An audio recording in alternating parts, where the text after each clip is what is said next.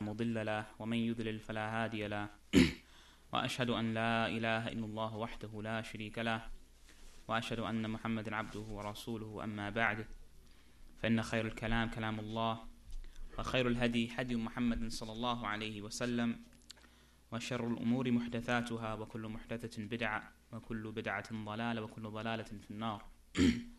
So alhamdulillah, pleases us to be able to come down and meet with the brothers that's upon the sunnah here in Baltimore, Maryland. So alhamdulillah, it's been a pleasure, alhamdulillah, and we haven't seen anything from the brothers except kindness and generosity, walillah alhamd. And like this is Ahl Sunnah. Today, inshallah ta'ala, we're going to be reading some things as it relates to al-bid'ah, meaning the definition of bid'ah, and its hukm in the religion and some of its dangers, and some of the mawaqif or some of the stances of the Salaf regarding al-bid'ah or innovation. And a lot of these things were already mentioned by our brother Abu Hafsa, Kashif Khan, Jazakallah khairan. So we want to repeat some of those things that he mentioned. But alhamdulillah, فَذَكِّرْ فَإِنَّ الذِّكْرَى تَنْفَعُ الْمُؤْمِنِينَ. So remind, for verily the reminder benefits the believers. Also, it may have been some brothers who weren't present, who inshallah ta'ala will be able to take benefit. So, as for the ta'rif of bid'ah, or its definition, lughatan, linguistically, then it is ما اخترع على غير مثال سابق. That which was brought about and that which was brought into existence without there being anything similar to it before it. And this is its definition lughatan, or linguistically. And as for bid'ah istilahan, or when we talk about bid'ah in the Islamic term or the Islamic sense, in the ulama they mention البدعة هي الطريقة في الدين مخترعة تضاهي الشريعة يقصد بالسلوك عليها المبالغة في التعبد لله سبحانه وتعالى. Or it is a newly invented way in the religion. It is a newly invented way taken in the religion, seeking to imitate what has been legislated, by which nearness to Allah subhanahu wa ta'ala is sought. And this is the ta'rif, or the definition of one of the Imams of the Salaf, Imam al-Shatibi, in his book al-I'tisam. And as already preceded in the lesson of our brother Kashif, Jazakallah khairan, that bid'ah is aqsam. It is of different categories. So you have that which is al-bid'ah al-haqiqiyya, or some who say al-bid'ah al-asliyya, وهي التي لم يدل عليها دليل شرعي ولا سنة ولا إجماع. Or is that bid'ah, the first type is the bid'ah al-asliyya, or those innovations which have no origin at all in the religion. Those things, the foundation of it has no connection to the religion at all whatsoever. And it's those things that you find, and you don't find any proofs for it, not from the book, or not from the sunnah, or not from al-ijma', or not from the consensus of the ummah. And then you have that which is al-bid'atul idafiyya, or those things or those innovations which emanate from something which has been legislated, and one comes to increase on top of that. And as our brother Kashif gave the example, for example, the dhikr beads, the likes of these matters, because dhikr in Islam and in the Sunnah has an asl, has a foundation, but this kayfiyya, or the way it was performed, this is something that has not been legislated in the religion. Or for example, at-tawaf, for example, ثمانية يعني مرات, making the tawaf 8 times or 9 times, or other than this, just for examples, making Salat al-Fajr 3 raka'at instead of 2, Dhuhr 5 instead of 4, and the likes of these matters, from those things which have an asl, has a foundation in the religion. However, someone increases upon that, or someone changes its kayfiyya, or the way that it should be performed. So this is that which is known as al-bid'ah al-idafiyah. And no doubt, the smaller innovations, ikhwan, as the scholars they mention, it leads to the major innovations. As it comes in one of the narrations, that those individuals that Abdullah ibn Mas'ud radiallahu ta'ala anhu, he made inkar upon in the circles, who were making the dhikr with the rocks in those circles, the narrator, he mentioned that these are the same individuals we've seen fighting against the Sahaba the day of Nahrawan. So that small innovation that they were upon, just with those, when they were just making the dhikr with the rocks and the likes of those matters, and the dhikr jama'i in a group, that led them to that which is even greater than that, which led them to al-khuruj, or revolting against the leadership at that time and fighting against the Sahaba, wa'iyadhan billah. Also,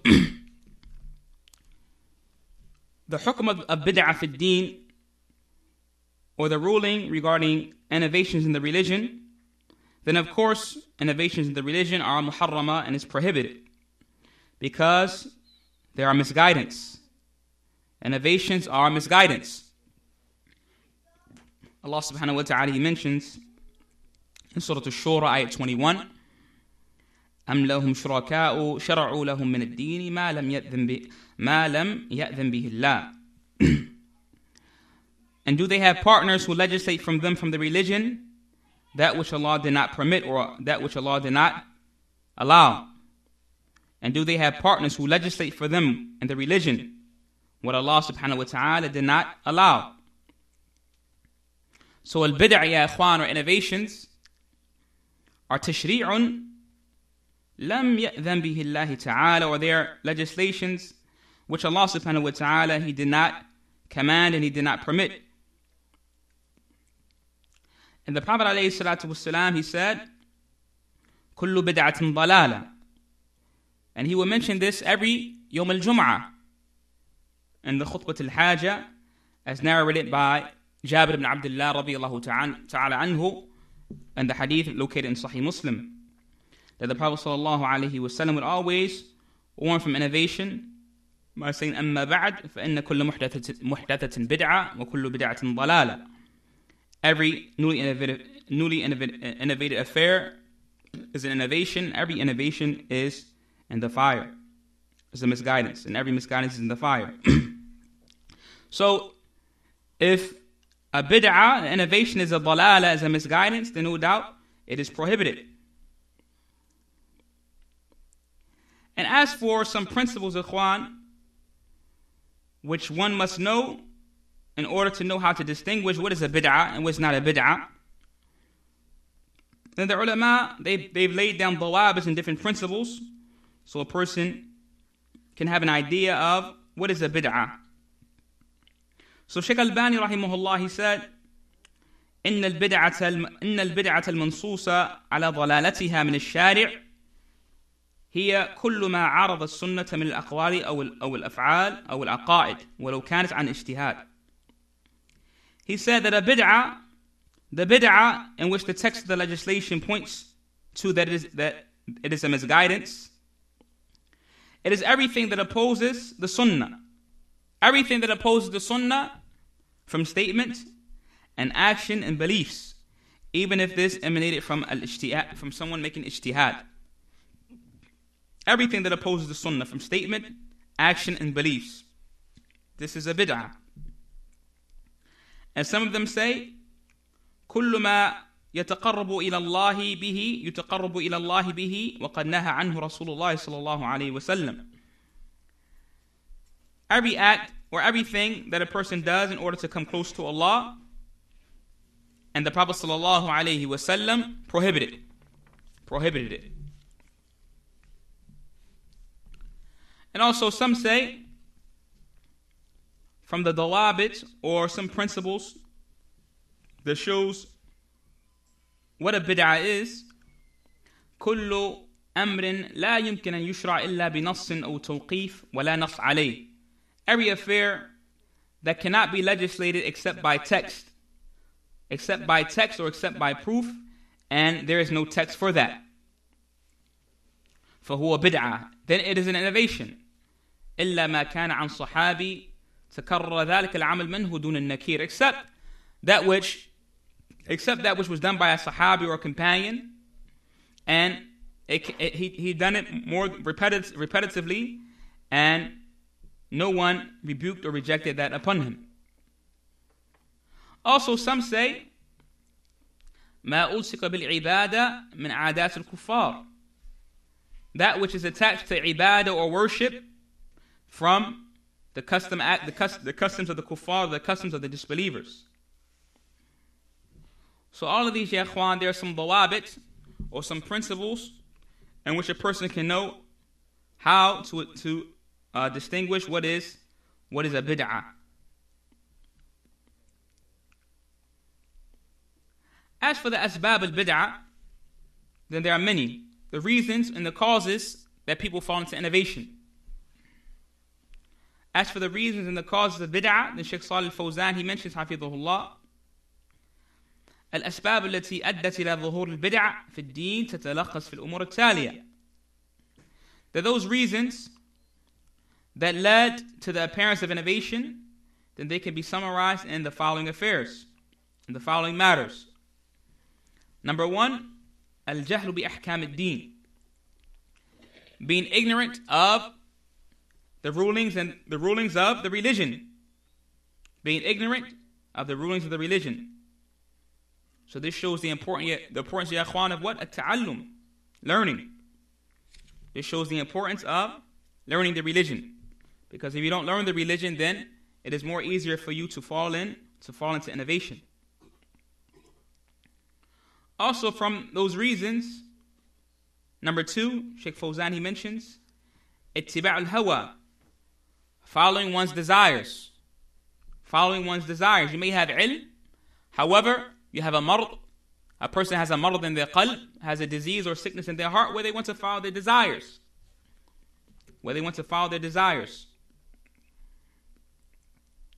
Also, number three, Shaykh Fawzan, he mentions, from the reasons of bid'ah, and from the reasons people fall into innovation, is that ta'assub lil-ara wal-ashkhas, having overzealousness to opinions and to ashkhas or personalities.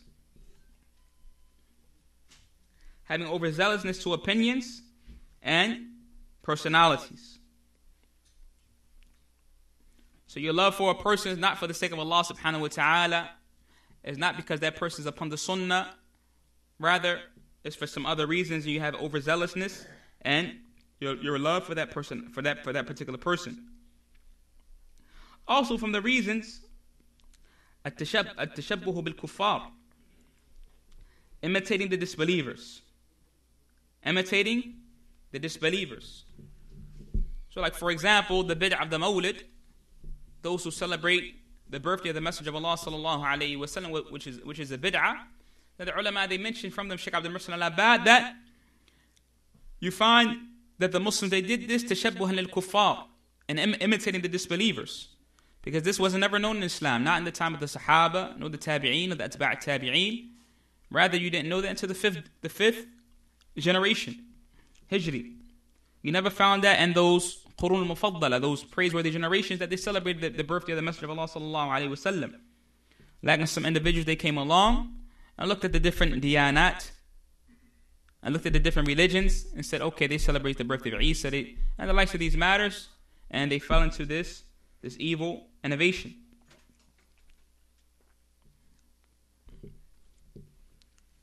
Even if you look at the bid'ah of those who came along denying the names and attributes of Allah subhanahu wa ta'ala, from the Jahmiyyah and from the Mu'tazila and other than them, and that which the people from Ahlul Kalam, the people of theological rhetoric, they came with, this was all from what? From following the disbelievers. When the books of the Greeks and the likes of these matters were translated into Arabic, they were translated into Arabic, you found people, they started to read and look into these books, and this caused them to start saying things in opposition to the Quran and the Sunnah, and it led them to putting their uqul or their intellects before the text. So they fell into those heinous bid'ahs and those innovations that they fell into. So these are from some of the reasons, ya akhwan, in which a person may fall into bid'ah.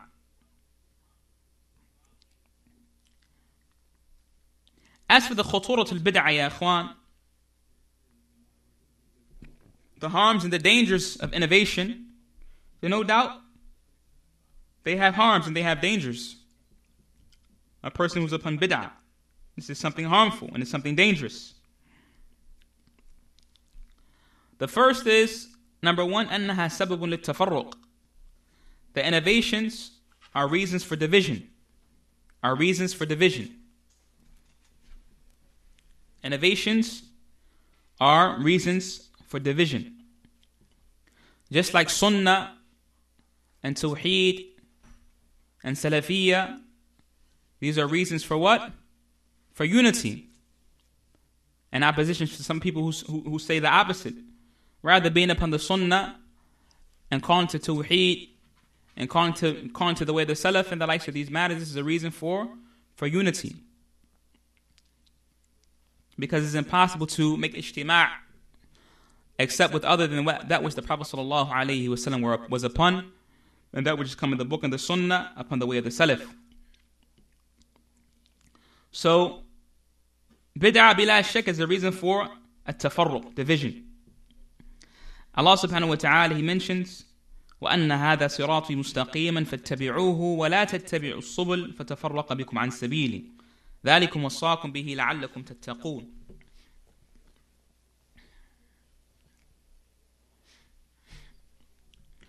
The translation of that which means of the ayah, وَأَنَّ هَذَا صِرَاطِي مُسْتَقِيمًا, and say, O Muhammad, this is my straight path, so follow it, and do not follow the other paths, lest it would separate you from His path.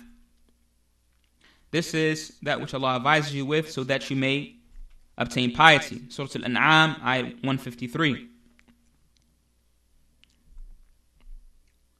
Also, the Messenger of Allah sallallahu alayhi wa sallam, he said, وَمَنْ يَعِشْ مِنْكُمْ فَسَيَرَى اخْتِلَافًا كَثِيرًا. And whoever lives from amongst you, then you will see great differences.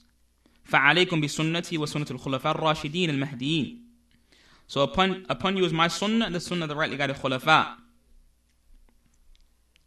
So these two evidences, ya akhwan, they show and they prove clearly that whoever abandons or whoever leaves the sunnah, فَقَدْ جَانَبَ الصِّرَاطِ الْمُسْتَقِيمِ, then they have left the straight path of Allah subhanahu wa ta'ala. They have left the straight path of Allah subhanahu wa ta'ala.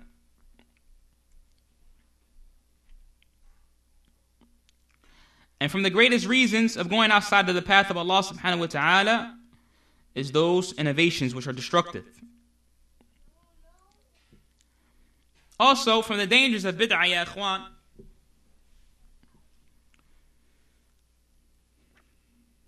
that it's a sababun al-khuruj min ad-deen. It is a reason or a cause that may exit someone from the religion. Nasallallahu alayhi wa sallam. Allah subhanahu wa ta'ala, He mentions, أَمْ لَهُمْ شُرَكَاءُ شَرَعُوا لَهُمْ مِنَ الدِّينِ مَا لَمْ يَأْذَنْ بِهِ اللَّهُ. And do they have partners who and do they have partners who legislate for them from the religion, that which Allah subhanahu wa ta'ala did not allow? And the Messenger of Allah sallallahu alayhi wa sallam, he said regarding the Khawarij, that deviant group, the Khawarij, يَمْرُقُونَ مِنَ الدِّينِ كَمَا يَمْرُقُ السَّهْمُ مِنَ الرَّمِيَّةِ, that they will exit from the religion just like the arrow goes through the game. Just like the arrow goes through the game. Also, you find from the statements of the Salaf, Ibrahim al-Nakha'i rahimahullah, he said, لا تجالس أهل الأهواء, do not sit with the people of desires, فإن مجالستهم تذهب بنور الإيمان من القلوب. For indeed, sitting with the people of desires and innovation removes the light of Iman from the hearts. And you found from the Salaf who used to say, al-bid'atu baridul kufr. The innovation, it leads to disbelief. Also from the dangers of bid'ah, ya akhwan,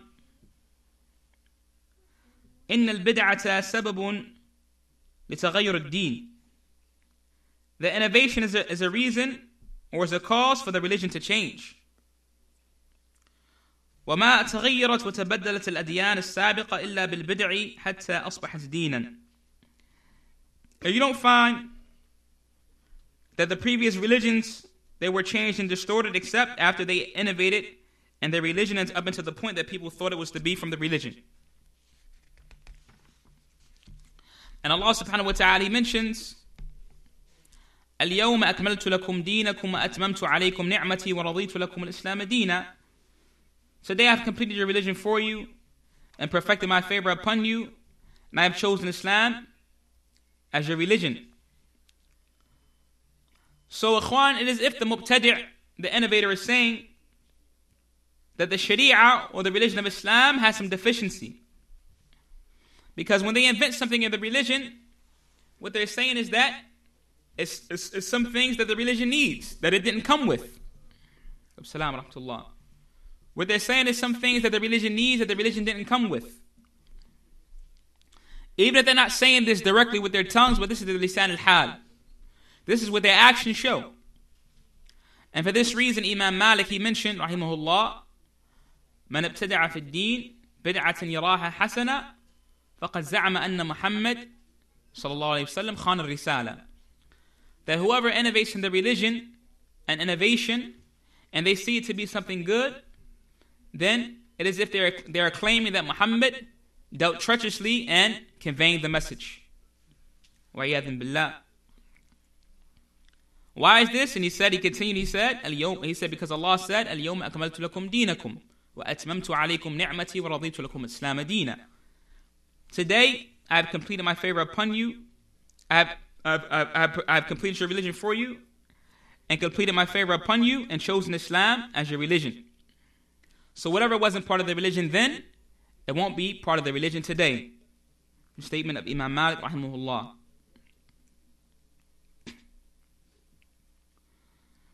So you won't find, ikhwan, a bid'ah that is innovated, except perhaps you might find a sunnah which disappears. إن البدع سبب لحرب السنة وأهلها. Also, innovations are a reason for people to wage war against the sunnah and its people. So you find from the first innovations that were innovated, the bid'ah the sab'iyya, Abdullah bin Saba, this was a reason and a cause for them that they brandished weapons upon the Sahaba to kill the Sahaba, radiyallahu ta'ala anhum. And also the bid'ah of the Rafida, of Rafd, of speaking ill of the companions. This was also a reason for them to begin to wage war against the Sunnah and its people. And like this, you won't find any innovation, ya ikhwan, through Madad Tariq, throughout history, except you find that the people of innovation, they are enemies to Ahl Sunnah and they wage war against Ahl Sunnah. Also, ikhwan, from the dangers of bid'ah, it is a reason لعدم قبول العبادة. It is a reason for a person's act of worship not to be accepted. لأن العبادة لا تقبل حتى تكون. Because ibadah is not accepted. Who knows the two conditions for the acceptance of any act of worship? Who can tell us? Who can give us the first one? Al-ikhlas. And the second? اتباع السنة. نعم. تجريد المتابعة. أحسنتم. نعم. So any act of worship, ya ikhwan, that doesn't meet these two conditions, then it will be an act of worship that won't be accepted. So if a person had ikhlas in a particular action, however, without following the sunnah of the Messenger of Allah sallallahu alaihi wasallam, then that won't be accepted.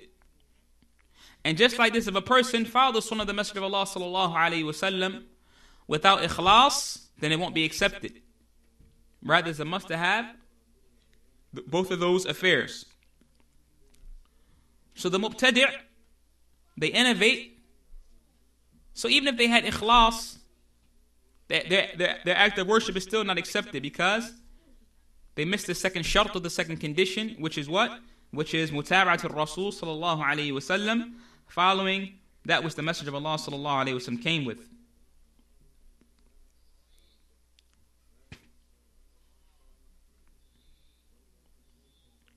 Allah subhanahu wa ta'ala mentions, قُلْ إِنَّمَا أَنَا بَشَرٌ مِثْلُكُمْ يُوحَى إِلَيَّ أَنَّمَا إِلَهُكُمْ إِلَهٌ وَاحِدٌ فَمَنْ كَانَ يَرْجُو لِقَاءَ رَبِّهِ فَلْيَعْمَلْ عَمَلًا صَالِحًا وَلَا يُشْرِكْ بِعِبَادَةِ رَبِّهِ أَحَدًا.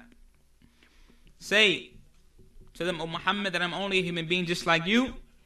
It is revealed to me that your Lord is one Lord. So whoever hopes for the meeting with his Lord, فَلْيَعْمَلْ عَمَلًا صَالِحًا, then let him do عَمَلًا صَالِحًا, righteous actions, meaning actions according to the Sunnah. وَلَا يُشْرِكْ بِعِبَادَةِ رَبِّهِ أَحَدًا, and let him not associate anything and partners along with his Lord. And this points to what? Al-Ikhlas. So this ayah in Surah Al-Kahf, ya ikhwan, the last ayah, Surah Al-Kahf, ayah 110, and it is a proof for those two conditions for the acceptance of any act of worship. And the Messenger of Allah sallallahu alayhi wa sallam, he said, من أحدث في أمرنا هذا ما ليس منه فهو رد. Whoever innovates anything in our matter that is not from it, then it is rejected. Another brother Kashif, Hafidhullah, Zallah Khairan, he pointed to in his lesson that the origin of ibadah is al-hadr, illa bin nas. The origin of all acts of worship that is prohibited except if you have nas, except if you have text for it. So you can't just come and innovate an act of worship and do an act of worship without having text. What's our dalil? This hadith right here, the hadith of Aisha radiyallahu anha, al-Mu'mineen, our mother Aisha radiyallahu ta'ala anha, that the Messenger of Allah sallallahu alayhi wa sallam said, من أحدث في أمرنا هذا ما ليس منه فهو رد. Whoever innovates anything in our matter which is not from it, they don't be rejected. So we say what? The origin of ibadah is what? Al-hadr. It's prohibited. You can't do anything from any acts of worship, from any act of worship, unless you have nas. Unless you have a text, either from the book or the sunnah. And as he mentioned, the origin or the foundation in the acts of the dunyawi affairs, then this is ibaha, this is permissibility, unless it comes a delay saying that is impermissible. So everything from the affairs of the dunya, this is permissible unless there's a text to say that is impermissible. As Allah subhanahu wa ta'ala mentions, هُوَ الَّذِي خَلَقَ لَكُمْ مَا فِي الْأَرْضِ جَمِيعًا. Surah Al-Baqarah, when Allah subhanahu wa ta'ala mentions, He is the one who created who created everything in the earth for you. The ulama, they extract from this ayah to say that everything from the affairs of the dunya is permissible unless it comes a text to say it is impermissible. So these are two important qa'idas, ya akhwan, principles that everyone should memorize. That the origin of ibadah is what? Prohibition, except if you have text, nas, now. That the origin and acts of worship and ibadah is what? Al-hadr, meaning what? Prohibition, unless you have what? Unless you have nas, text, either from the book of the sunnah, ijma'. And the origin of the acts and the affairs of the dunya is ibaha, that is permissible unless you have a text saying it's not permissible. So this is an important qa'idah. If you memorize it, inshallah ta'ala, then inshallah ta'ala that these issues will not, inshallah ta'ala, become mixed up upon you.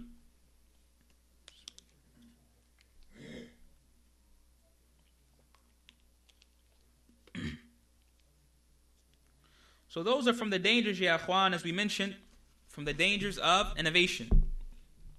They're reasons for division, and also as reasons for exiting the religion, and also that as a cause for the religion to change, and also it is a reason for one's worship not to be accepted. So all of these, ya akhwan, are from the dangers of innovation.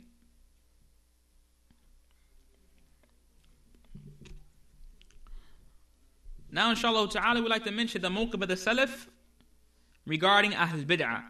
And this is summarized because the stance of the Salaf regarding Ahl Bid'ah is too much to be mentioned. It's too much to be mentioned. The stance of the Salaf regarding the people of innovation.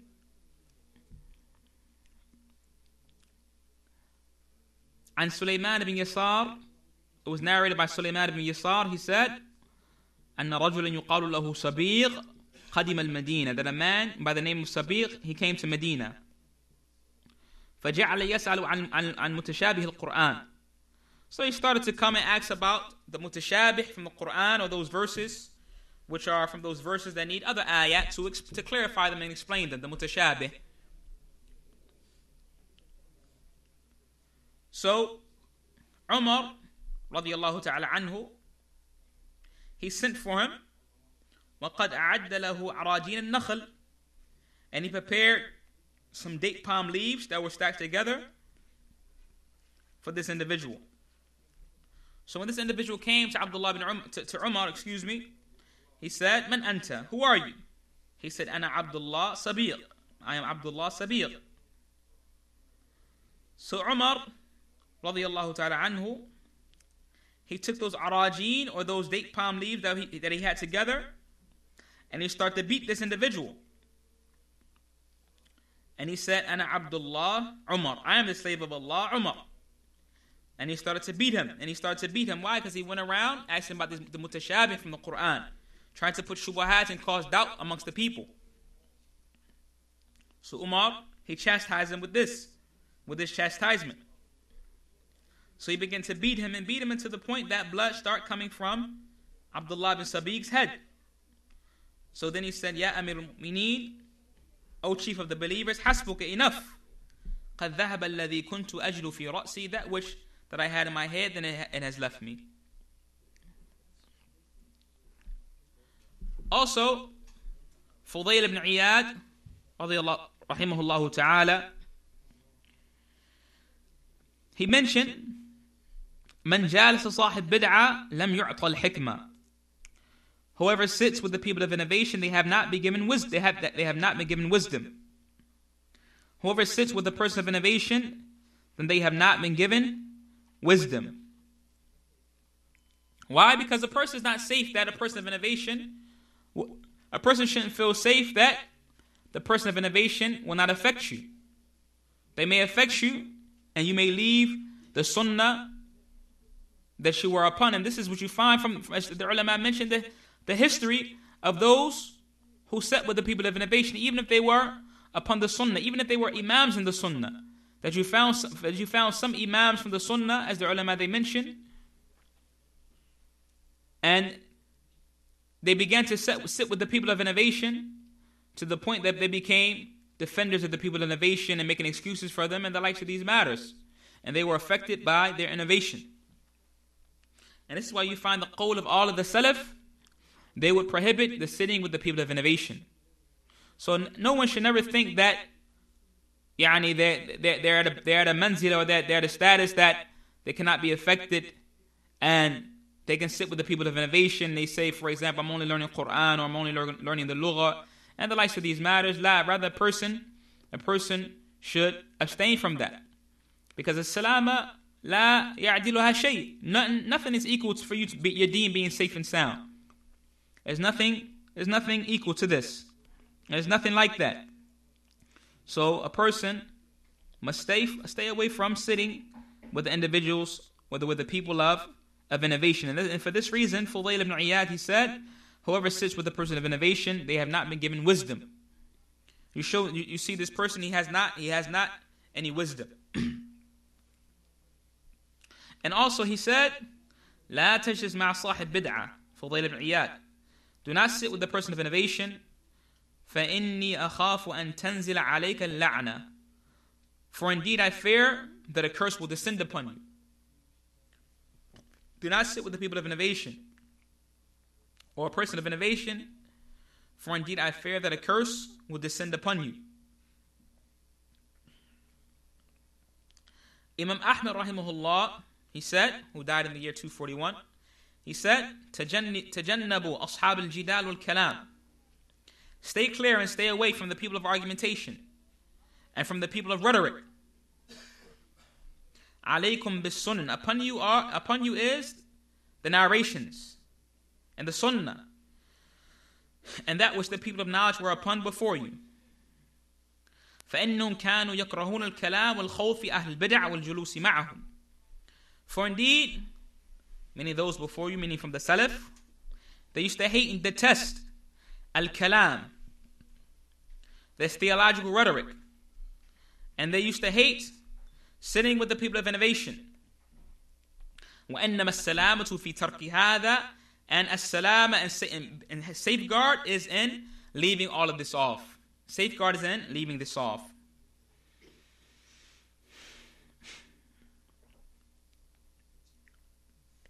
Imam al-Ajurri rahimahullah, he said, ينبغي لكل من تمسك بما رسمناه في كتابنا هذا. It is incumbent upon everyone who sticks to and clings to that which we put in this book of ours, meaning al-Sharia, and يهجر جميع أهل الأهواء, that they boycott all of the people of desires, from the Khawarij, and from the Qadariyyah, and from the Murji, and from the Jahmiyyah. وكل من ينسب المعتزلة, and everyone who is attributed to the Mu'tazila, and all of the Rawafid. And then he goes on to mention some others from the people of innovation. He says, وكل من نسبه أئمة المسلمين أنه مبتدع, and everyone whom the scholars of the Muslims declared to be an innovator. وصح عنه ذلك, and this has been authentically reported upon them. وذلك فلا ينبغي أن يكلم ولا يسلم عليه. So it's not befitting that they be spoken to, nor given the salams, nor sat with, nor prayed behind, nor married off until the end of that which Imam al-Ajurri he mentions, that they shouldn't be dealt with, nor should they be mixed with, nor should they be debated with, nor should they be argued with. Rather, they should be humiliated and belittled.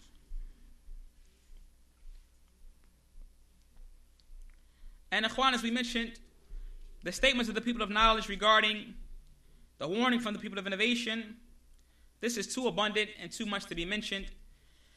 It was mentioned by many of the Imams of Islam, Ibn Battah, Imam al-Sabuni, and other than them. And inshallah ta'ala, we'll end with this, inshallah ta'ala. Wa sallallahu wa sallam wa barak ala nabina Muhammad wa ala alihi wa sahbihi wa sallam. And if anyone has any questions, inshallah, you can write it down. And inshallah, our brother Hassan, inshallah ta'ala, will take the questions. Wa sallallahu wa sallam wa barak ala nabina Muhammad wa ala alihi wa sahbihi wa sallam.